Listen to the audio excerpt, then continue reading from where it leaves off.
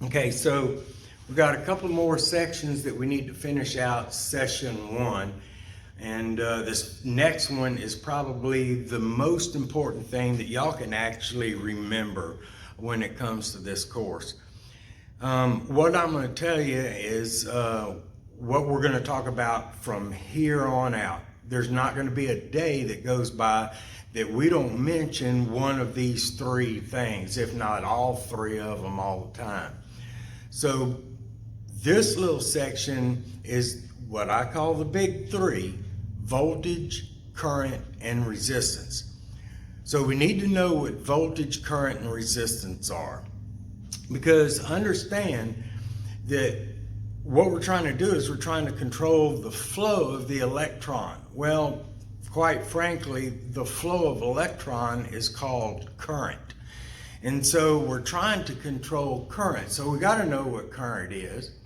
We got to know how it's measured, what unit it's measured in, and we have to know a letter designation that goes along with it, because we're going to end up having a formula that we're going to use, and what we're going to be doing is having to recognize what number to put where in a formula. Well, the formula has the letters, the numbers have the units of measure, so you have to lock in on, first of all, what that variable is, what its unit of measure is, because that's what comes behind the number, and then what its letter designation is, because that's what's in the formula. So here we go. First one we're going to talk about is voltage, though. Okay? Voltage is defined as the difference in electrical potential between 2 points. Let that sink in. Voltage is defined as the difference in electrical potential between 2 points. Now, we talked about ionization. We talked about like chemical reaction in a battery. It causes this ionization process, which is the losing and gaining of electrons. So the electrons that are forced off of one material are attracted and attached to another material. So that separation as a result of the chemical reaction actually creates, and you can think of it like a stretched rubber band. That rubber band just wants to reassume that shape. Those electrons just want to get back, but they can't get through the chemical that caused it to separate in the first place.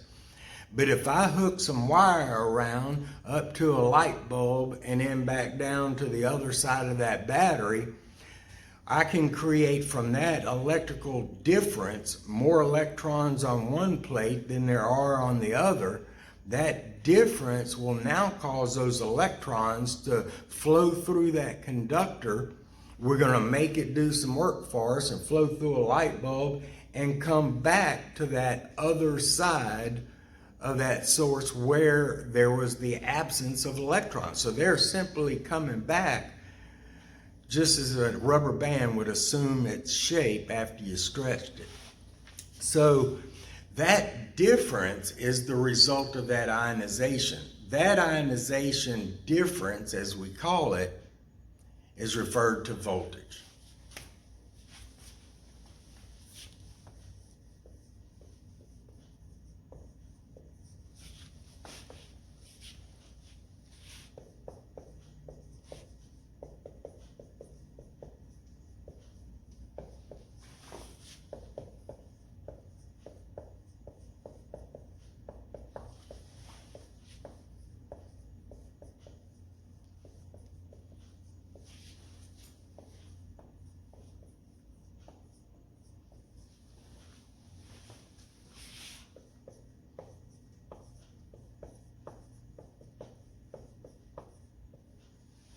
So voltage is defined as the difference in electrical potential between 2 points. The letter designation for voltage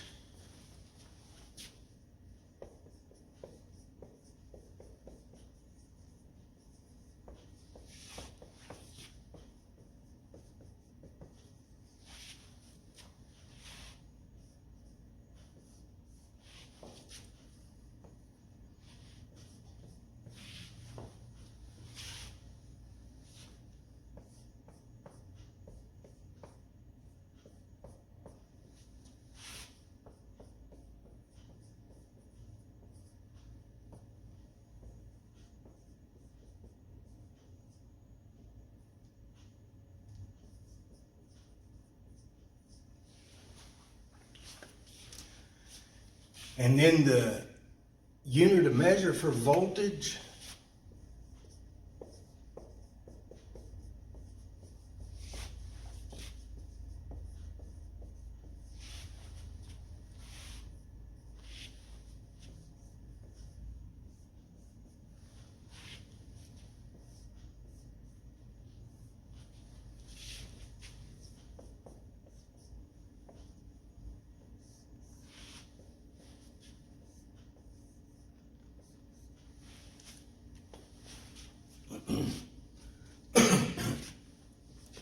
so voltage is the difference in electrical potential between 2 points.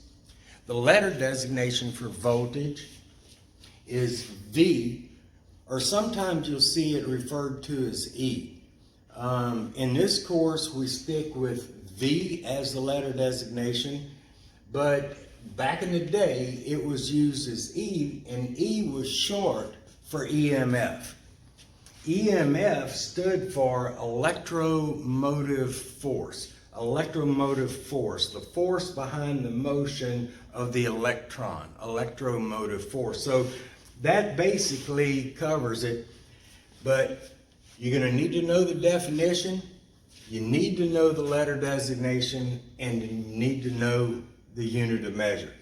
And as an example, I wanted to show you a letter designation is equal to the value and then the unit behind the number itself. So knowing the letter and the unit tells you what number to put where in the formula. That's why that's so important. Okay, make sure you get that copy.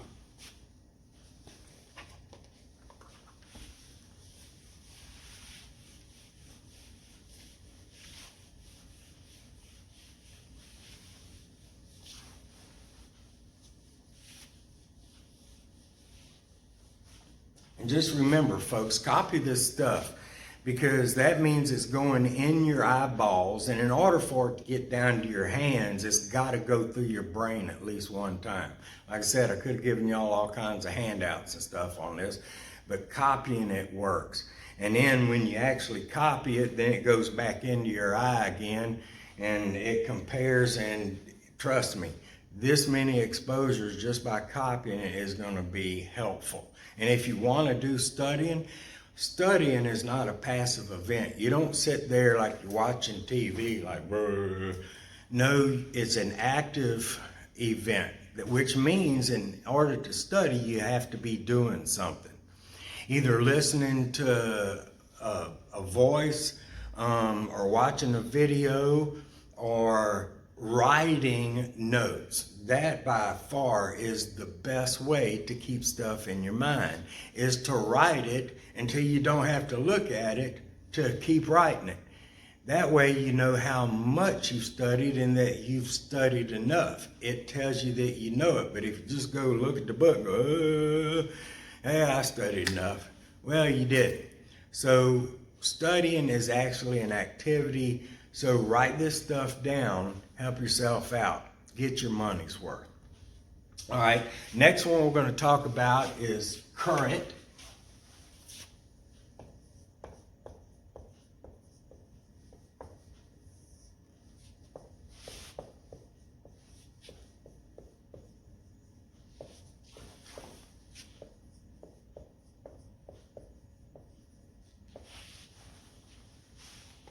Current is simply the flow of electrons, defined. So when those electrons start flowing, we're going to call that current. And current is what we're actually controlling. Now there is something I have to tell you about the nature of electron flow. Understand that if I took a garden hose that was empty and I put a marble in, well, I'd put another marble in, put another marble in, put another marble in, put another marble in, and eventually that hose would fill up, and when I put a marble in, they would all shift over and one would drop out, right? So that's one way to think about it. Wrong way. You see, my garden hose is already full. You got to think about it. We already said that everything in our world is matter. Matter's made up of elements and molecules. They're made up of atoms. Atoms are made up of electrons, protons, and neutrons, and we're dealing with electrons. So does everything in our world have electrons in it? Yeah, it does. And the ones that are made for conducting only have one in that valence shell.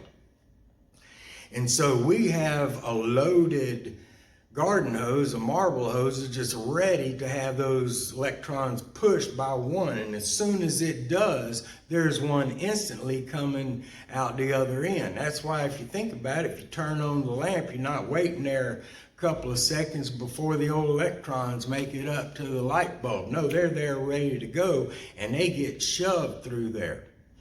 So understand, if there is flow everywhere. If there's one path, if I've got one conductor, there is flow everywhere. Electron flow is like the movement of the individual links on a chain, on a motorcycle chain or a bicycle chain. You can't have one link moving without all the other links moving at the same speed, at the same time, same direction, everything. So think of electron flow like that. Once one gets moving, they're all moving everywhere instantly, okay? So that's the nature of electron flow. Marbles in a garden hose. Push one in, one instantly falls out. You're not waiting to fill it up, right? All right, so current, the flow of electrons. The letter designation for current,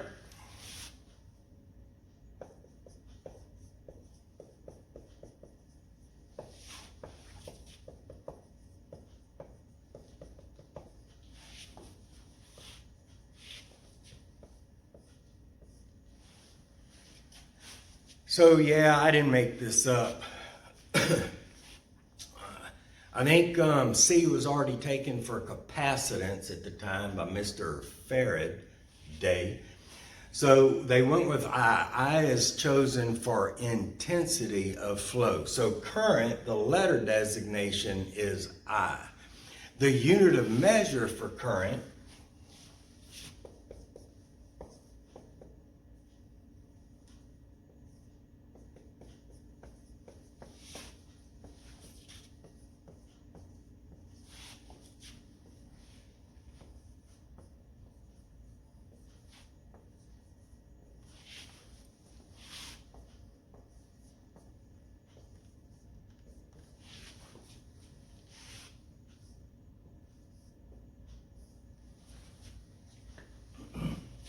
The unit of measure for current is the ampere, or short as the amp.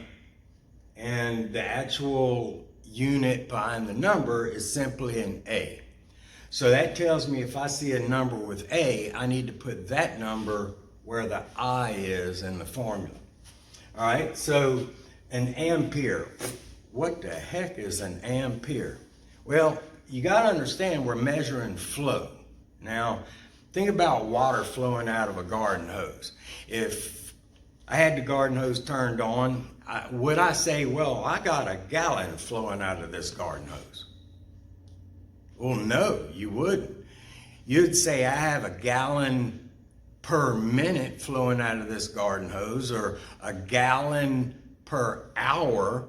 I mean, think about a gallon per hour. That's barely a drip. A gallon a minute, that's a pretty good gush. So it has to be with an amount, a quantity, over a period of time. So that's how we measure flow. Now, the amp is the unit of measure for flow, and it does incorporate a quantity and a period of time. Now, the quantity, now this is all in your book and everything, and this, I just feel the need to tell you this. It's not important. I probably won't test you on this stuff here, but don't shut down. Understand what I'm fixing to say, because it's freaky deaky. So here's the deal. The quantity is called a Coulomb.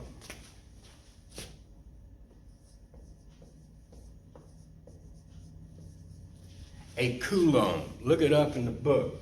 A Coulomb is a bucket full of electrons. Now, how many electrons are there in a Coulomb? Well, there are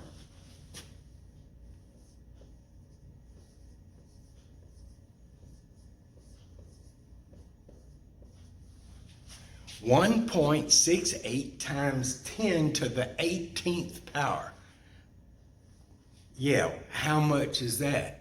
Well, actually, next session, we're going to learn about exponents and why we use them and that sort of thing.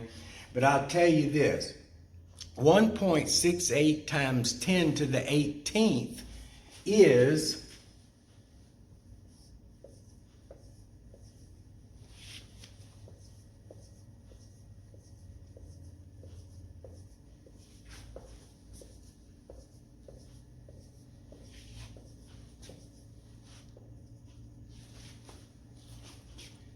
that much. How much is that? Who can tell me how much that is? Well, what did I do? Did I put 18 zeros? No, I put 16 zeros because that exponent is actually going to tell me how many times to move a decimal point. And it's telling me to move at 18. This gives me 1, 2, and then I got 16 zeros. So I moved that decimal point 18 times. But how much is that? Well, let's see, all right? So there's hundreds, there's thousands, there's millions, there's billions, there's trillions, there's quadrillions, and then we have pentillions.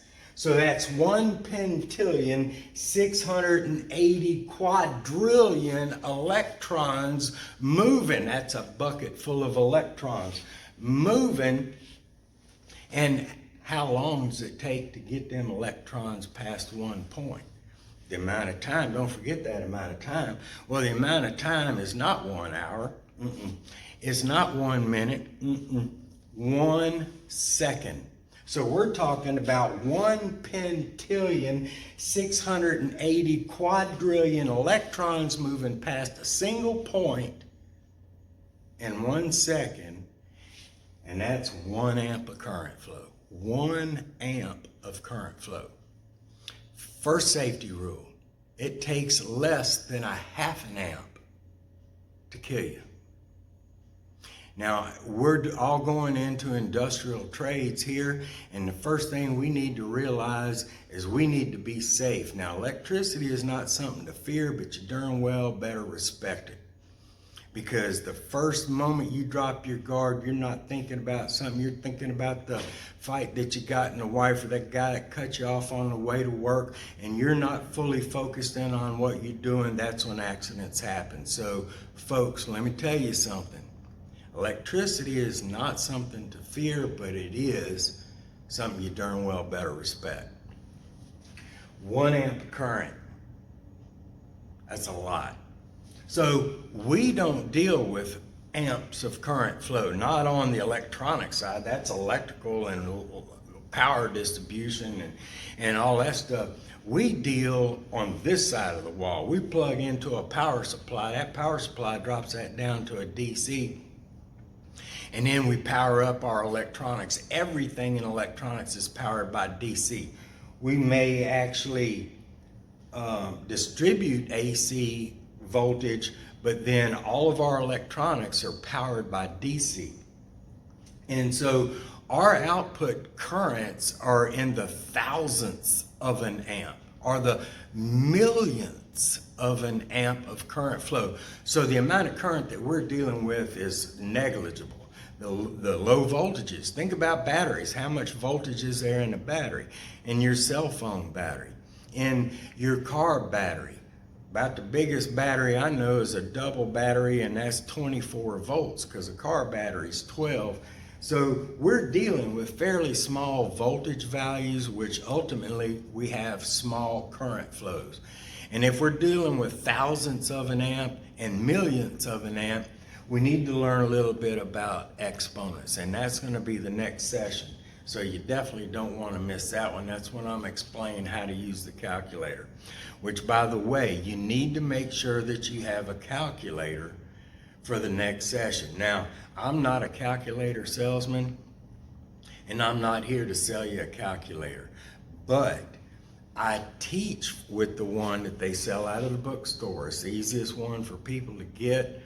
And I teach button strokes. So you push this button and this button and this button. And so learning these scientific calculators can be a job, but we're going to get through it. So that TI-30X calculator, the one that they have, that's the one that I teach from. So the flow of electrons, the letter designation is I, and then the unit of measure is the amp, and you might see it written as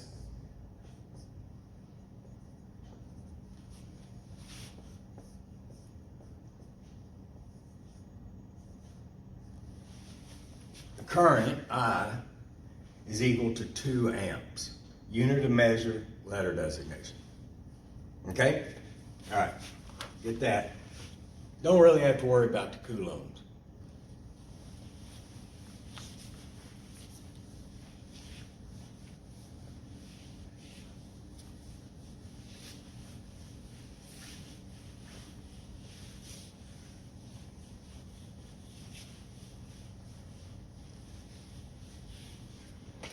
All right, the last one we need to talk about is resistance.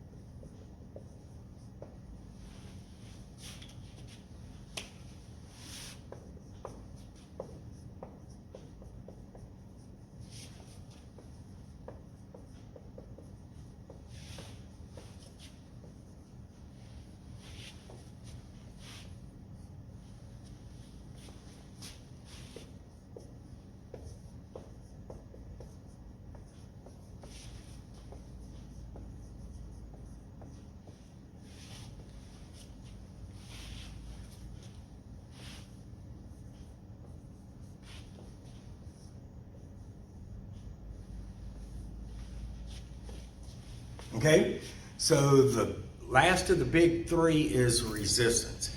Resistance is defined as the opposition to the flow of current is offered by simple friction. It's the opposition offered by friction. So you think about it, a bunch of tanks going across the field, and all of a sudden they get to the tree line. Now they got to fight their way through the trees and roll over them, and it's going to slow them down. So when there's no opposition, they flow freely, but if I have opposition, it will slow that flow down. So I've got this variable that is capable of slowing it down. It's like pushing on the brake of a car. It's going to slow the speed down. You increase the brake, the speed goes down. See? So you increase the opposition, the speed goes down.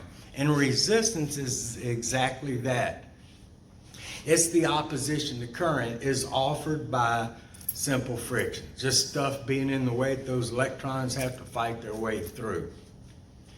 The letter designation for resistance is R. That one's pretty easy. Resistance R.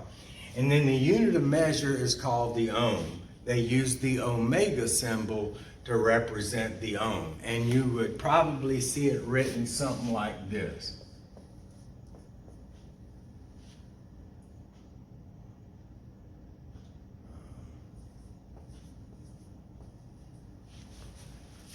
That the resistance is equal to 200 ohms. So the unit of measure tells me where to put the number in the formula because of the letter designation. All right? So those are the big three. Now, you got to understand this whole concept is about controlling current, controlling electron flow. Now we know there's two forces that we're going to use along to help control that current flow. One of them is voltage. That's the difference of potential. That's how much I'm pushing on the electron to go back. That's how far I've stretched that rubber band. That's the difference in electrical potential. So that voltage, that's going to make those electrons move. But then I got this other variable called resistance that's going to slow it down. It's kind of like controlling the speed of your car with the accelerator and the brake. If I increase the accelerator, will I increase the speed? If I increase the brake, will I decrease the speed? So I've got these two relationships to help me control current. So understand, we're going to hear current, voltage, and resistance every day from here on out. So the sooner you consume this, the better off you're going to be.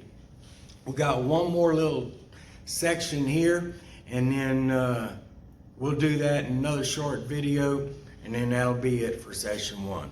Thanks, folks.